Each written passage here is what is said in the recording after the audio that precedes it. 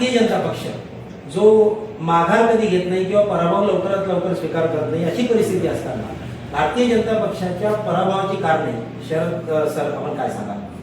बरोबर आहे सर, आपण बरोबर सांगितलं की एखाद्या निवडणुकीमध्ये भारतीय जनता पार्टीने प्रवेश केला किंवा तिथे जर त्यांनी उभे राहिले तर ते माघार घेतली, बरोबर आहे. परंतु आपण पाहतो की इथे एकनाथराव खडसे यांनी भाजपा रुजवली, भाजपा झिरो असताना त्यांनी या ठिकाणी भाजपाचं अस्तित्व केवळ अस्तित्वच निर्माण केलं नाही तर त्यांनी या ठिकाणी भाजपाला एक वेगळं स्थान निर्माण करून दिलं आणि त्यांचा बालेकिल्ला, काँग्रेसचा जो बालेकिल्ला होता तो बीजेपीचा बालेकिल्ला त्यांनी या ठिकाणी म्हणजे निर्माण केला. असे असताना त्यांना काही अडचणी आल्या, त्यामुळे त्यांना भाजपापासून दूर जावं लागलं. ज्यावेळेस त्यांनी भाजपा इथे रुजवलेला होता, केवळ आपल्या मुक्तिनगर मतदारसंघातच नव्हे तर जिल्ह्यामध्ये आणि महाराष्ट्राच्या बऱ्याच ठिकाणी त्यांनी हा रुजवला. तर जेव्हा त्यांनी भाजपापासून ते दूर गेले तेव्हा अनायसे या मतदारसंघाला सुद्धा फटका बसला. जे बीजेपीचे कार्यकर्ते होते अनायसे ते दुसऱ्या पक्षामध्ये म्हणजे शरद पवार राष्ट्रवादी गटामध्ये चालले गेले. त्यामुळे बीजेपीचा बालेकिल्ला असलेल्या या ठिकाणी बीजेपीला मोठं खिंडार पडलं होतं. इथे कार्यकर्ते हे बीजेपीचे मिळणं कठीण झाले होते. परंतु एकीकडे हे असताना दुसरीकडे त्यांच्या सून या बीजेपीच्या केंद्रीय राज्यमंत्री आहेत. असे असताना त्यांना बीजेपीचं अस्तित्व दाखवणं गरजेचं होतं.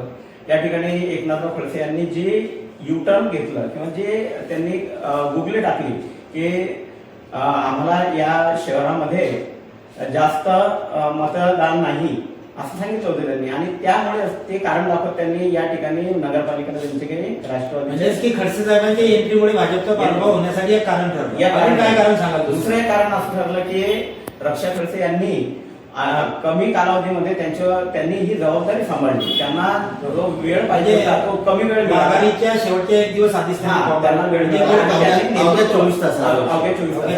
हे कारण आहे. दुसरी गोष्ट म्हणजे बीजेपीची जी फळी आहे, जशी शिवसेनेकडे तरुणांची फळी आहे म्हणजे कार्यकर्त्यांची आहे किंवा सुनील पाटील आहेत, यांची जी फळी आहे, असर खान असे जे कार्यकर्ते आहेत त्यांची जी फळी आहे तशी फळी या ठिकाणी निर्माण करता आली नाही.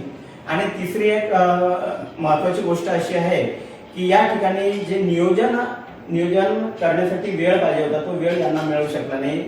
तर अशा प्रकारे आणि राष्ट्रवादी आणि म्हणजे कार्यकर्त्यांमध्ये काय, जे कार्यकर्ते राष्ट्रवादीचे होते त्यांनी किंवा बीजेपीला मतदान करायचं का किंवा बीजेपीचे जे आणि प्रचारासाठी पक्षश्रेष्ठी जे होते बीजेपीचे त्यांनी या ठिकाणी पाठ फिरवली. फक्त या ठिकाणी मुंडे ज्या होत्या त्या मुंडे या ठिकाणी प्रचारासाठी आल्या.